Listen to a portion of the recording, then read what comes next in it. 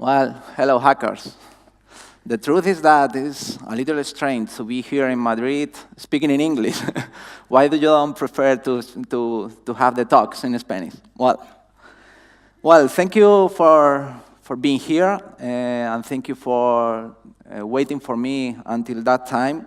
Today, in this event, I want to talk about something which is probably different from a point of view of a technical talk. I prefer to talk about something that for us is very important in Telefónica, and I would like you to think about the things that I'm going to share with you.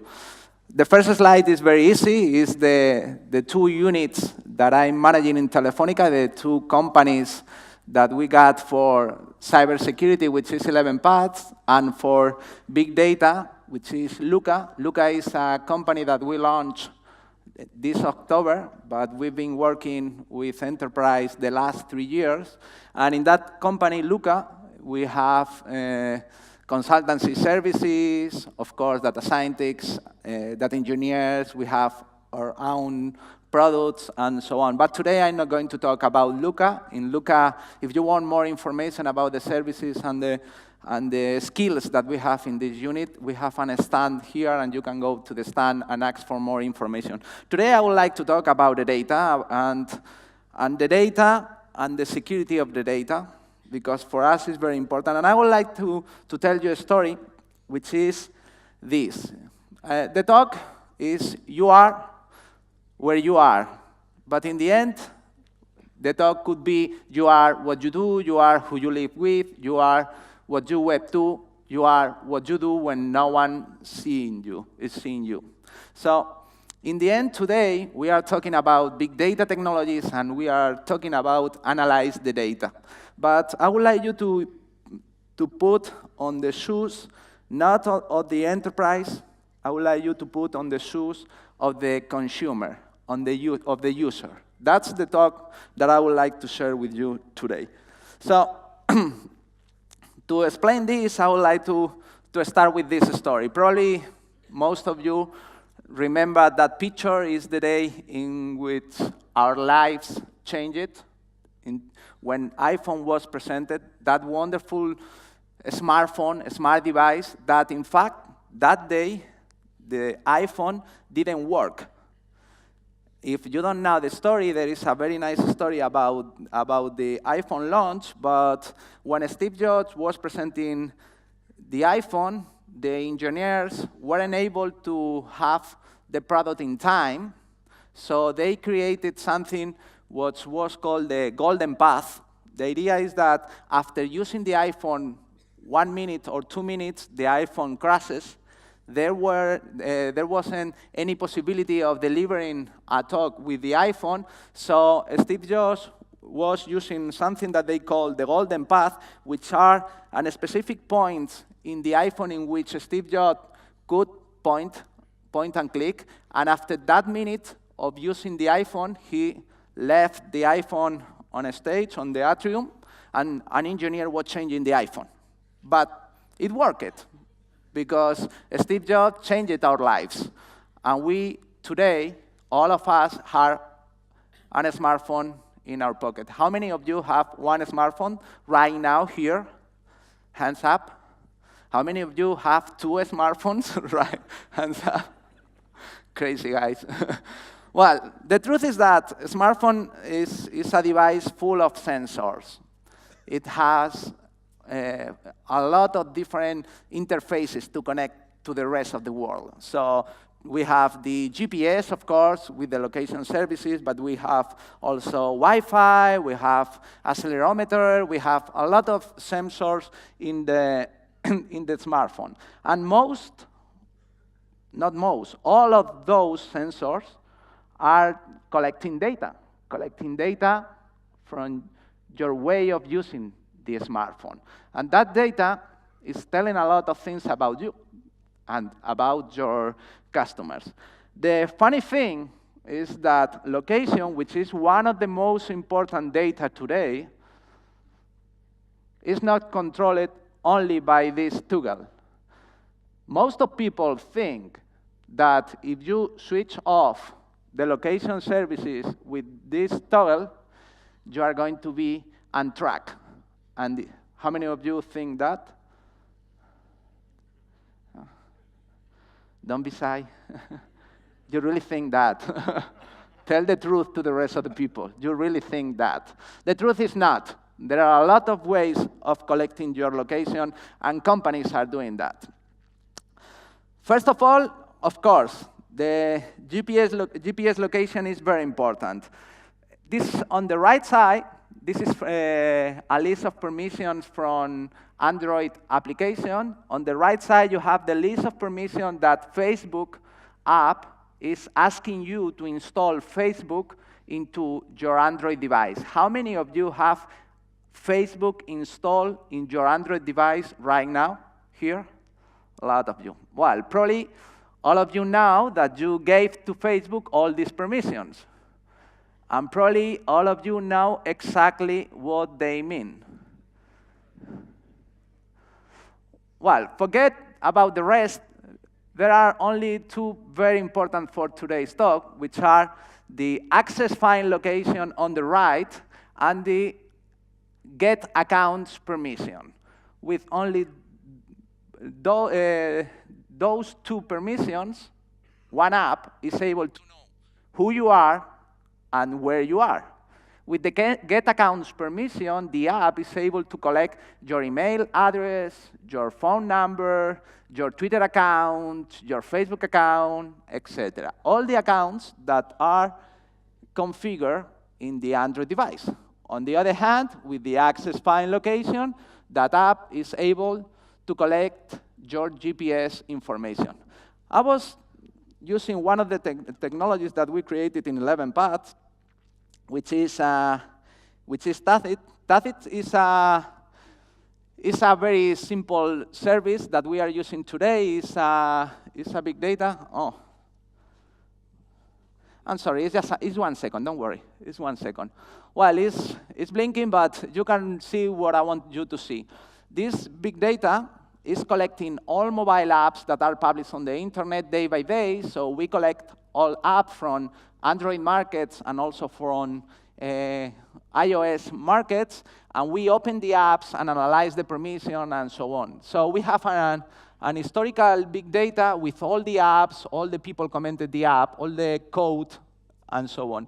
And just searching for how many apps on the internet are asking for your location, there are more than 1 million apps collected on the internet that are looking for your location. How many of you have installed any time in your life a free app saying, yes, I agree with the terms and conditions? Cool.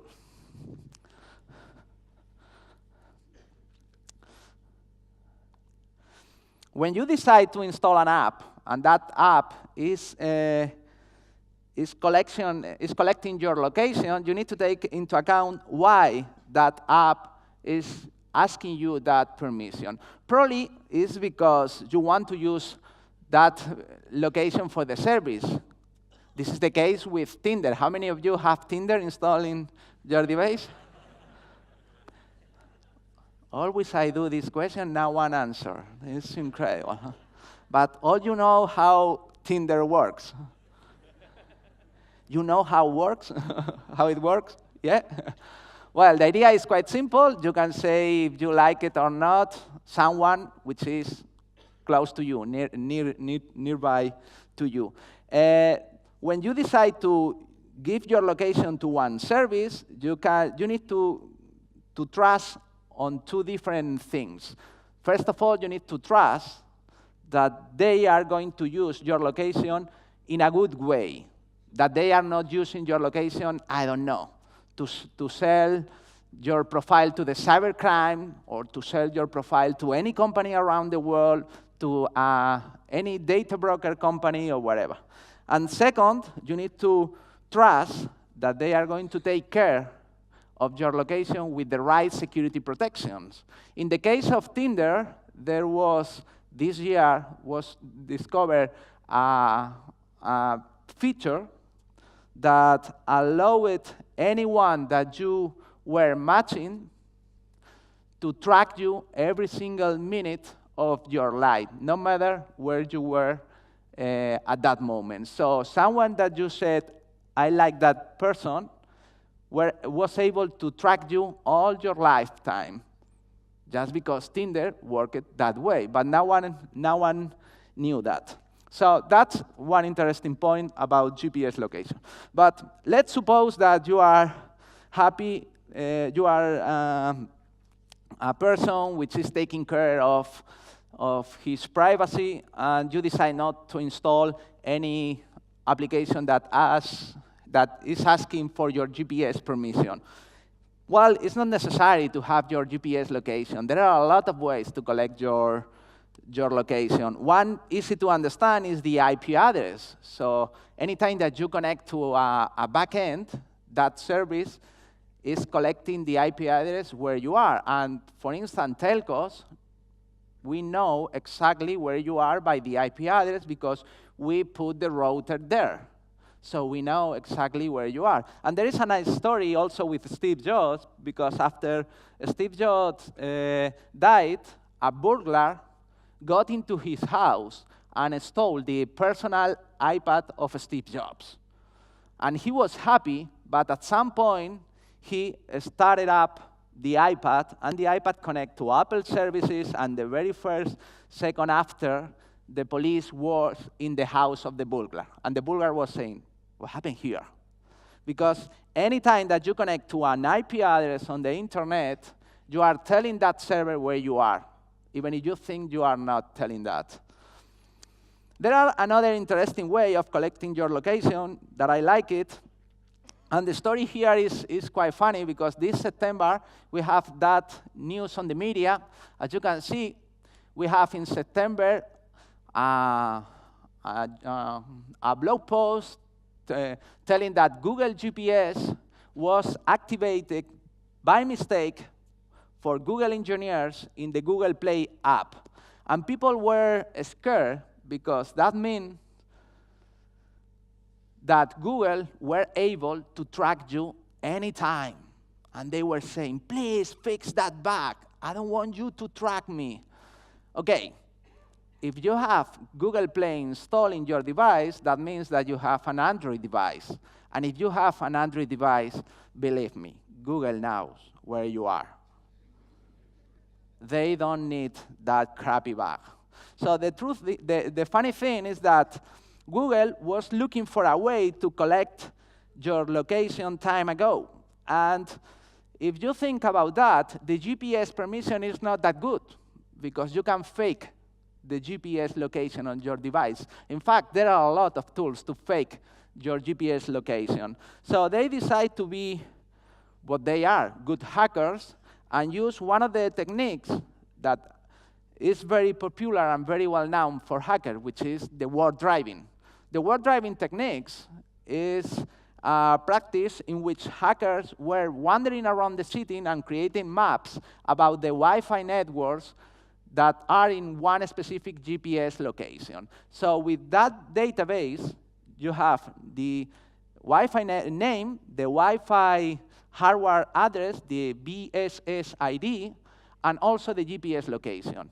That means that if we look around here and we discover that there are, I don't know, 10 different Wi-Fi networks, and we collect that Wi-Fi networks and the signal power that we are receiving in our device, and we use that information to query a database like that, we are going to be able to know exactly where we are right now. No GPS permission required at all.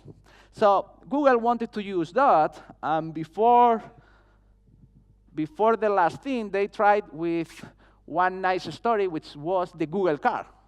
I don't know if you remember that, but there was a very big scandal with the Google Street car because they were collecting Wi-Fi information. And the problem was that they weren't only collecting the Wi-Fi name and the hardware address. They were also collecting information about the traffic. And if the Wi-Fi was unencrypted, They were collecting username, personal data, password, and so on. So there was a very big scandal.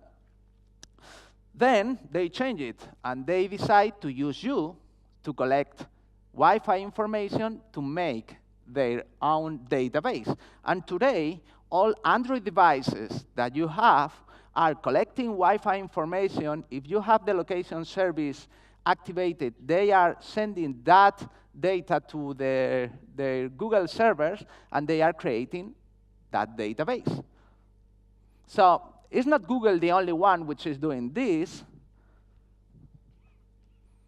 but also the iPhone. That's a story from a hacker that realized that his iPhone was collecting all that information about Wi-Fi networks and was tracking him every single moment, and they put that information into the map, and he was able to detect how Apple was tracking him all the time.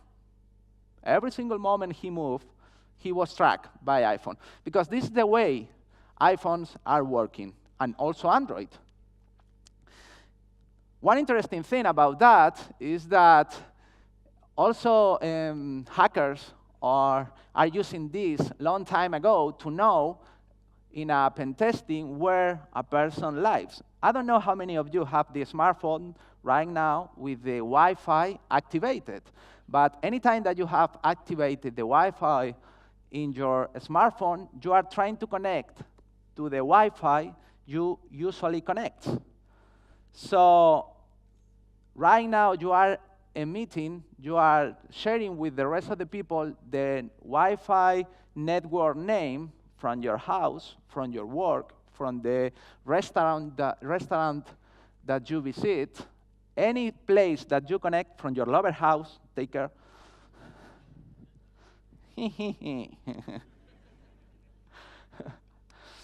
Of course, telcos. In Telefonica, we know where you are every moment because you need to connect to the network. It's normal. Everybody knows that. You connect to the cellular network, and we know where you are. And analyzing the signal power, we know more or less in which part of the city you are every moment. So location is powerful. But even in cybercrime, they are creating new ways of collecting your location. There is one way that I really love it, which is analyzing the battery of your device.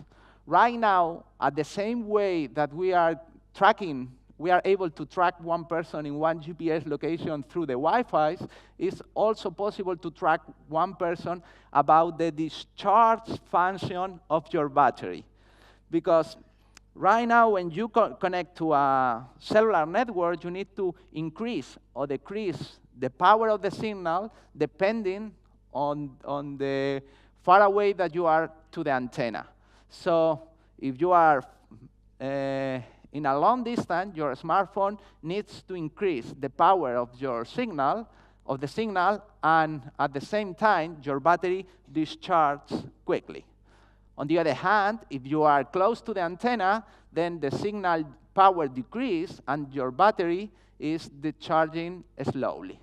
So right now, all the cities could be mapped with the battery discharge, and depending on how you move around the city, your battery is going to be discharged more or less depending on the far that you are from the antenna. So that map has been created, and right now, with a very accurate level, it's possible to know exactly where you are.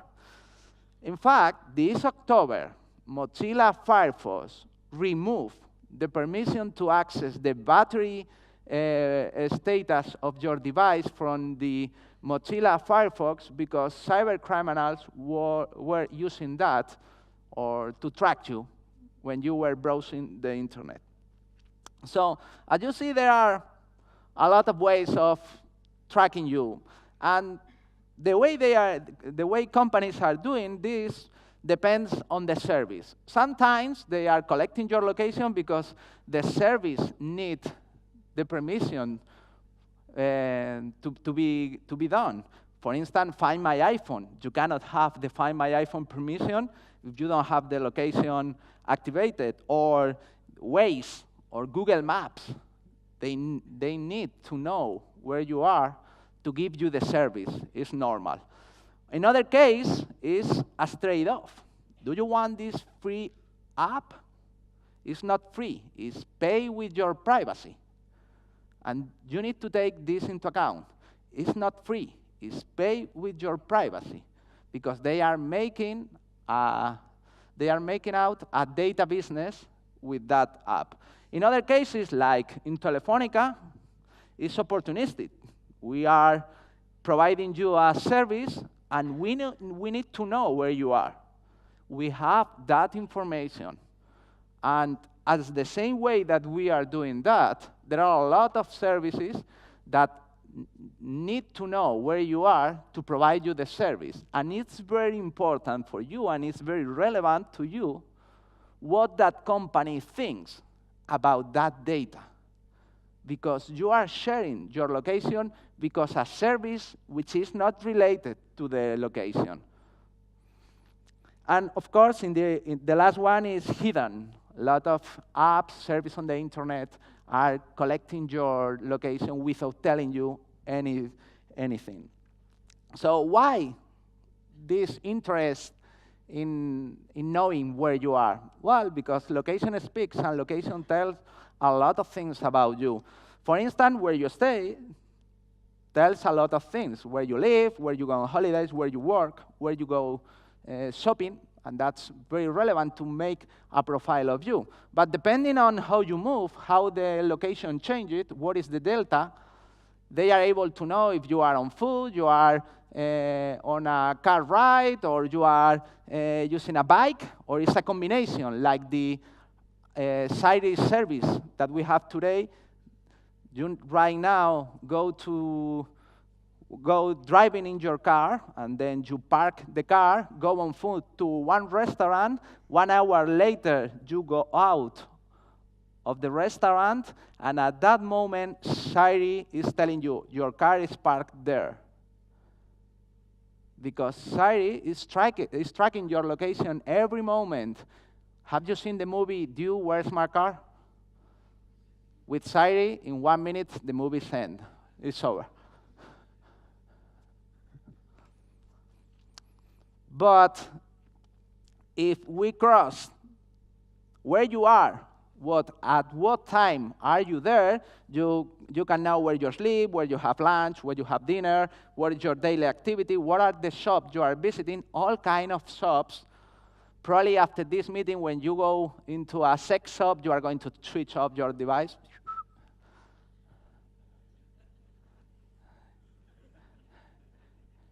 I bet my right hand, any of you are going to do that in the future. So if we cross that data with external sources, the point of interest databases that are sold on the internet, you can know about information related to the house you sleep. They can know how many lovers do you have, or if you buy or rent that house, if you are rich or poor, because you go to very expensive restaurants or not. They know exactly what company do you work for. That probably is interested if they want to sell your profile to the cybercrime that is looking for the perfect target for cyber attacks. The visit that you make, probably you have someone in jail. They are going to know that you have a connection with someone in jail. If you are visiting the hospitals, probably they know that you have a problem, a medical problem, or depending on the people that you visit, they are going to know if you have a good or bad social status. If we cross this with temporary events, they are going to learn a lot of the sport that you like, the actress, the actors, depending on the conferences that you attend right now. You are here in a conference and you are telling to all your apps that have the location permission activated that you are interested in big data. And of course, if we put all this together and we are crappy, they know what political party do you vote for because you go to some specific political meetings, or depending on the people that you meet, how many lovers that you have. Do you have a secret interest because you are visiting some crappy point of interest into the city? I don't know. Under the bridge, two kilometers far away from the city. I don't know what happened there. Or if you are on a business or pleasure travel, or if you are doing something illegal. And if we are able to have your location and your location and your location and your location, and we are able to cross information about your profiles because you have exactly the same service that are collecting your location data than you, and we have all of you together, we can know almost everything. The question is, to do what? Why is so important that? Okay, well, data could be great, and you can use it for a lot of good services. Of course, you can use location as an anti-fraud service that is going to check if you are in one specific GPS position in which your credit card is in use, which is good, because that prevents that someone is going to use your credit card when you are not in that position, or to give you contextualized info for the traffic, for the weather, or even to create emergency services, even for specific problems. Right now, yesterday I was in a meeting with UNICEF, and they wanted to know exactly location of people in one specific city to know how they move. What is the next city with the most probability of being infected by one pandemic, for instance, with the Zika or Ebola or any other service. So could be very good for emergency plans, or creating fancy services like carpooling or profile persons, cities, areas, shops, roads, to create a business, to analyze tourism, or whatever. So there are a lot of good services that could be created. Of course, the most famous is the targeting ads to create a business like that. I love this panel. This panel is the Twitter panel, and you can select in front of what people you want to put an ad. So you can select, for instance, people that is buying Kellogg's Frosted Flakes cereals. And you can select, okay, I want to put an ad in front women, pregnant women that buy Kellogg's Frosted Flakes cereals. You can do that. Why? Because they are collecting your data and they are buying data. In this case, as you can see, they are using Datalogics, which is a data broker, which is also buying data for a lot of apps on the internet that are selling data. So there is a chain of data brokers from the app that is collecting your data to the end service. And of course, your data is very valuable.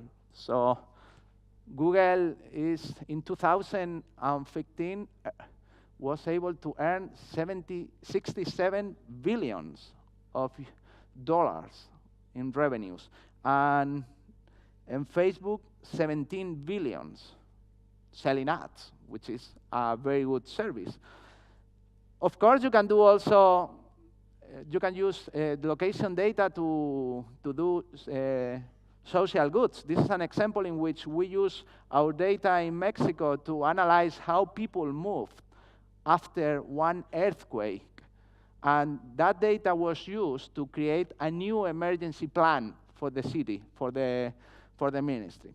So there are good things that could be done with your data. There are healthy businesses that could be created with your data. There are bad things that could be done with your data. But the most important is that you need to know and you need to control your data. And you need to take your decision. For me, Facebook is great. I love Facebook, and I love Twitter.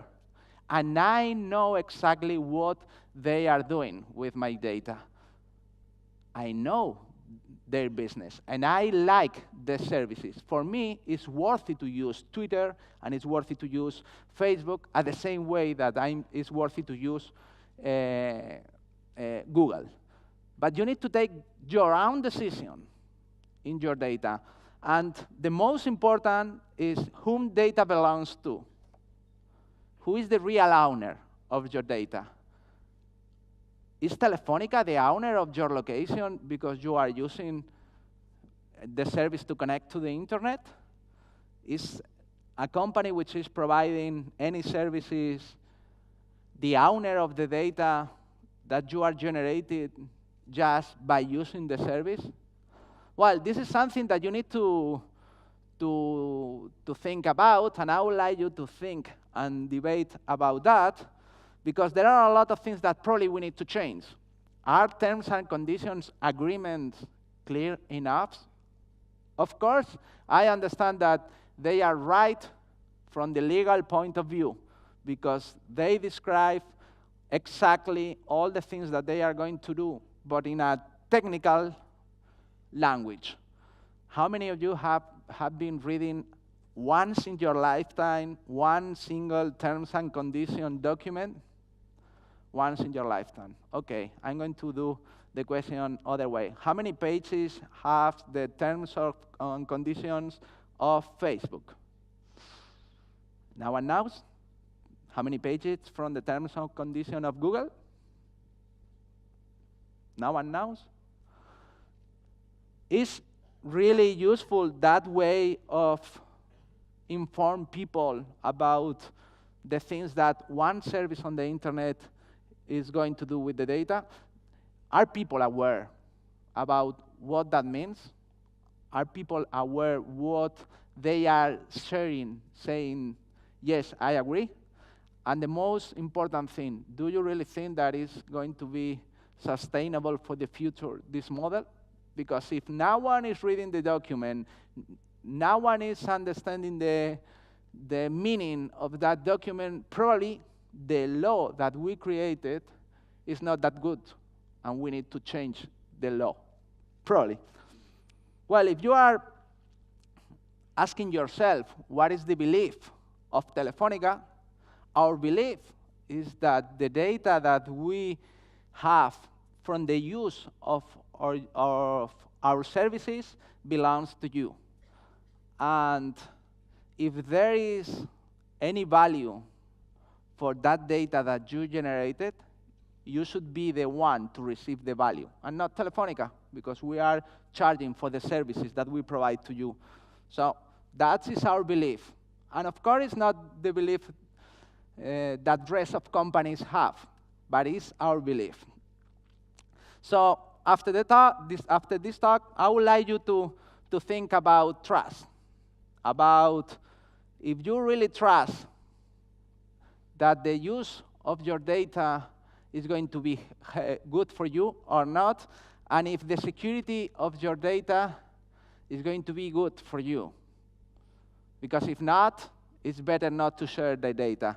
And of course, the last question is worth it to you?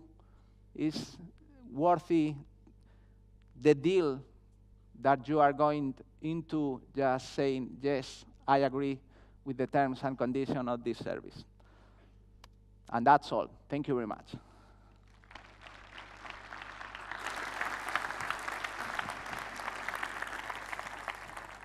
Time for questions, please. Anyone?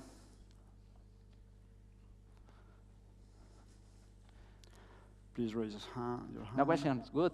See you later. One question there. Easy one. Third row on the left. Yeah, over there. Another question here. Past the corridor. Okay, you are second. Oh, no, you're first.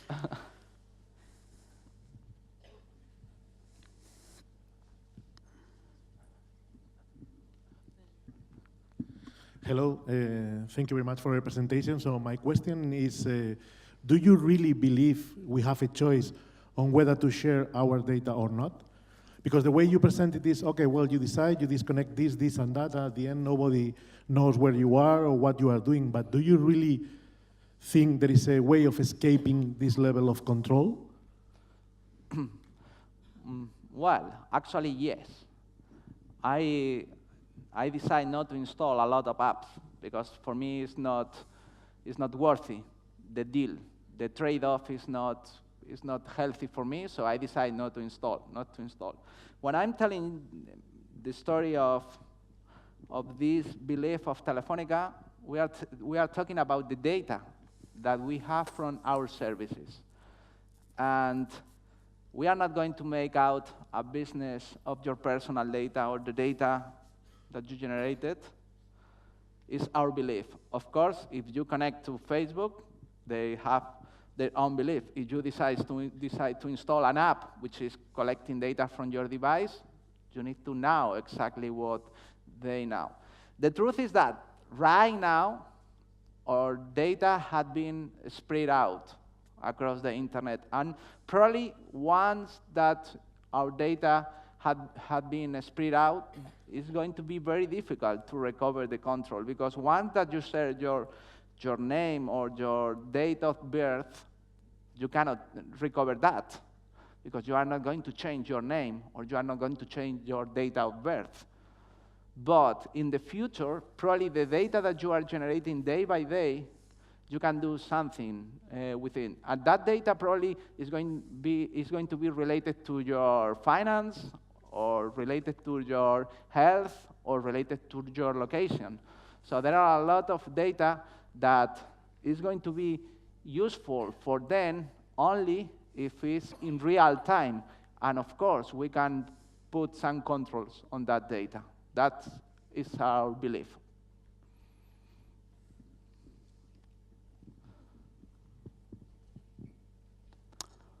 Okay. Last question? No? No? It's none? Oh, last question, row 2. The last one. Hi.